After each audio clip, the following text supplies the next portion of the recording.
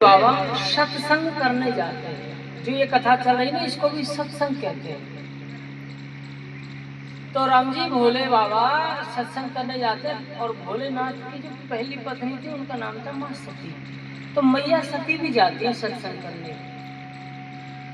माँ सती और भोलेनाथ बैठे हैं, एक संत सत्संग कर रहे हैं। तो सत्संग में चर्चा चल रही थी कि एक बार प्रभु श्री राम जी जब वह अयोध्या महाराज दशरथ के यहाँ जन्म लेकर आए थे तो उस समय उनको वनवास हुआ था।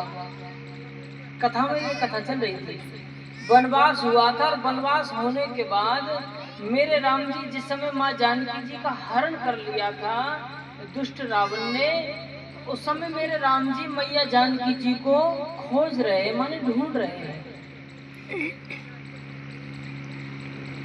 तो कैसे ढूंढ रहे हैं राम जी? आप थोड़ा थोड़ा दे देंगे, हमको स्वर नहीं मिलेगा। ये मोबाइल से मोबाइल में होगा। हाँ। तो राम जी यहाँ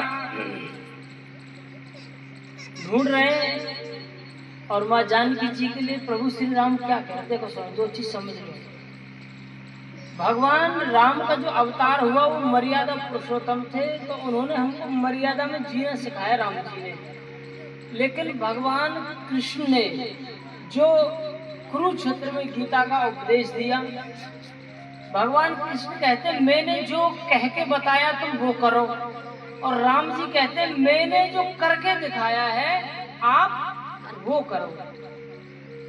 लेकिन अब उल्टा होता है, लोग क्या कहते हैं, लोग कहते हैं अजी कृष्ण भगवान ने तो 16,100 कितनी पत्नी थी मैं भूल गया, 108। अरे रुक जाओ पंडित जी, 8 माइक बंद करो पंडित जी।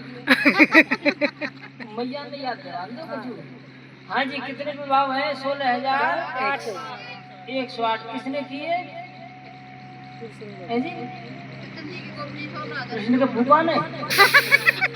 उन्हें ब्याह कौन के संग हुआ? उनको 16,108 किसके साथ? कृष्ण के साथ। कृष्ण के साथ। कृष्ण के साथ। कृष्ण के साथ।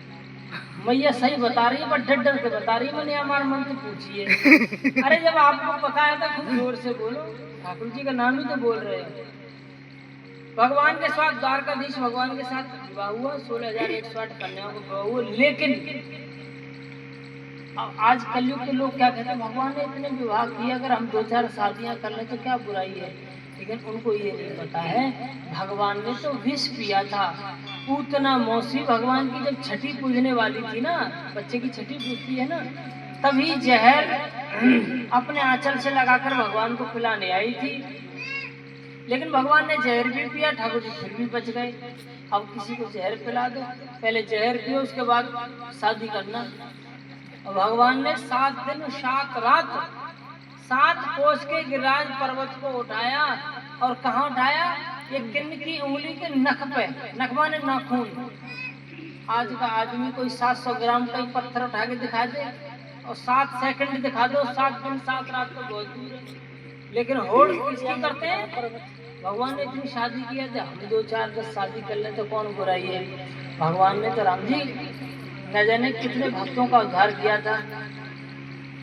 भगवान ने भक्तों का उद्धार किया था, उनको अपने माँ बाप का उद्धार नहीं हो रहा है कि माँ बाप की सेवा करके उनको ये हरिद्वार घुमा दे, कहीं तीर्थ करा दे।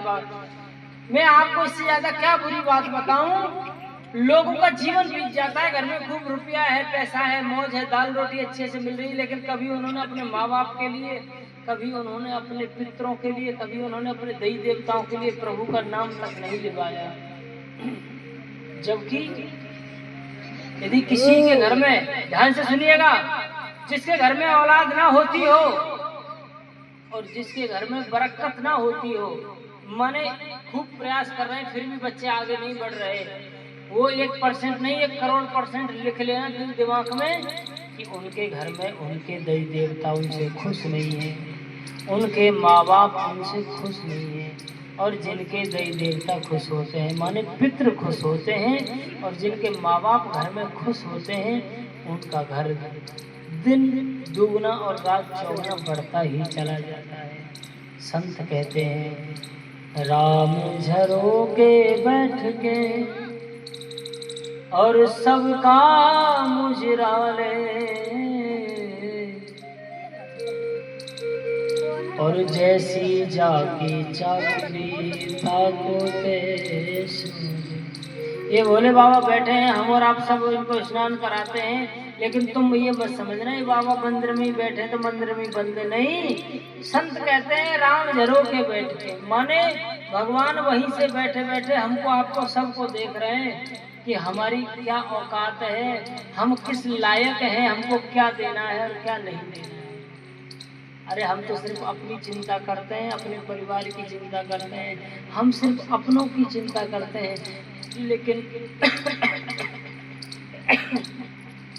लेकिन राम जी उनको ना सबकी चिंता है, एक की चिंता नहीं है, क्योंकि हमें सिर्फ अपनी औलाद की चिंता है, लेकिन उन्होंने तो सबको बनाया, उनकी तो सब औलाद है, चाहे वो जीव हो, चाहे पशु हो, चाहे इंसान हो।